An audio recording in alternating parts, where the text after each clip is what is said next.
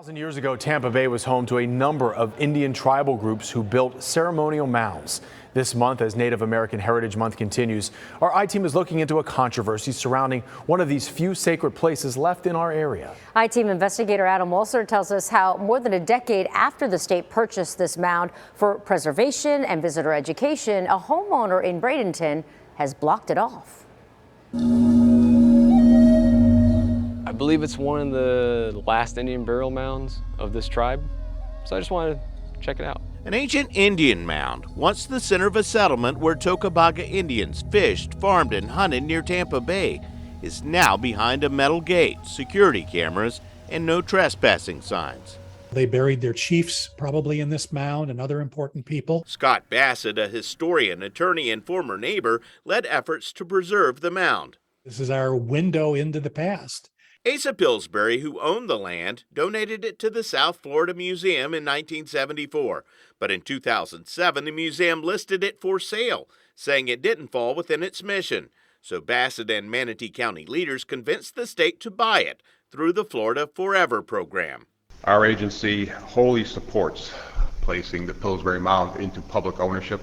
The state paid $145,000, and Manatee County agreed to manage it, protect it from damage, and provide reasonable access to the public. I want to pledge our departments and our sincerity of our Board of County Commissioners to manage the property properly. But the state-owned property is landlocked, accessible only by a 50-foot easement running alongside what is now Gordon Sampson's property. In 2011, Sampson bought the property, which includes a 13,000-square-foot mansion the county appraised at $4.3 million. You know, they would have known every step of the way that that easement was there.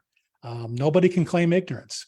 It's right there in black and white. Manatee County resident Zach Richardson said he tried to visit the mound in 2019 after learning about it on a website, but Sampson wouldn't allow him. And I met him on the street, asked if there was an Indian burial mound.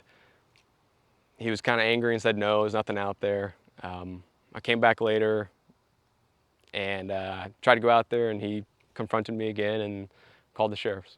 Richardson was issued a trespassing warning, but it was later rescinded. A sheriff's office attorney sent Sampson this letter, which said Manatee County Sheriff's Office cannot subject a visitor to the mound to arrest for making legitimate use of that easement.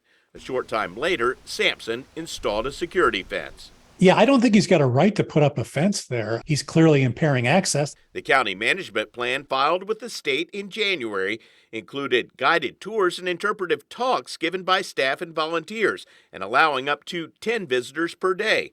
Sampson declined to comment, but his attorney, Stephen Dye, says his client is protecting the mound from vandals and treasure hunters by denying access. We're here trying to protect our history. Nadine Zachary, a Native American activist who lives in St. Petersburg, says sites like the Pillsbury Mound should be used to educate the public. They consider these mounds and sites just like they would a synagogue, a church, the Wailing Wall. Do you feel like Manatee County's dropping the ball here? I don't know that they ever picked it up. When we contacted the county, a county spokesperson said at this time Manatee County has no comment in regards to access to the state-owned property. When we asked how we could make an appointment to visit the Indian Mound, he directed us to the state. A spokesperson for the Florida Department of Environmental Protection, which oversees the Florida Forever program, said in an email Manatee County is the land manager for the Pillsbury Temple Mound property, so any access to the property must be coordinated through their Parks Department. We're not the only ones who can't get an appointment.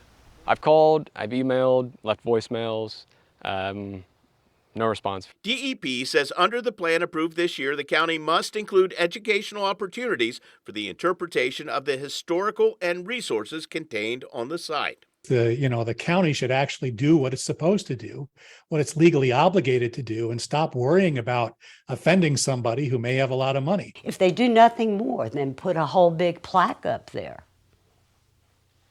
and maybe every 3 months have a native speaker come out and celebrate it. That would be something that would mean a lot. Mean an enormous amount to me. I'm I-Team investigator Adam Walser with photojournalist Randy Wright, taking action for you.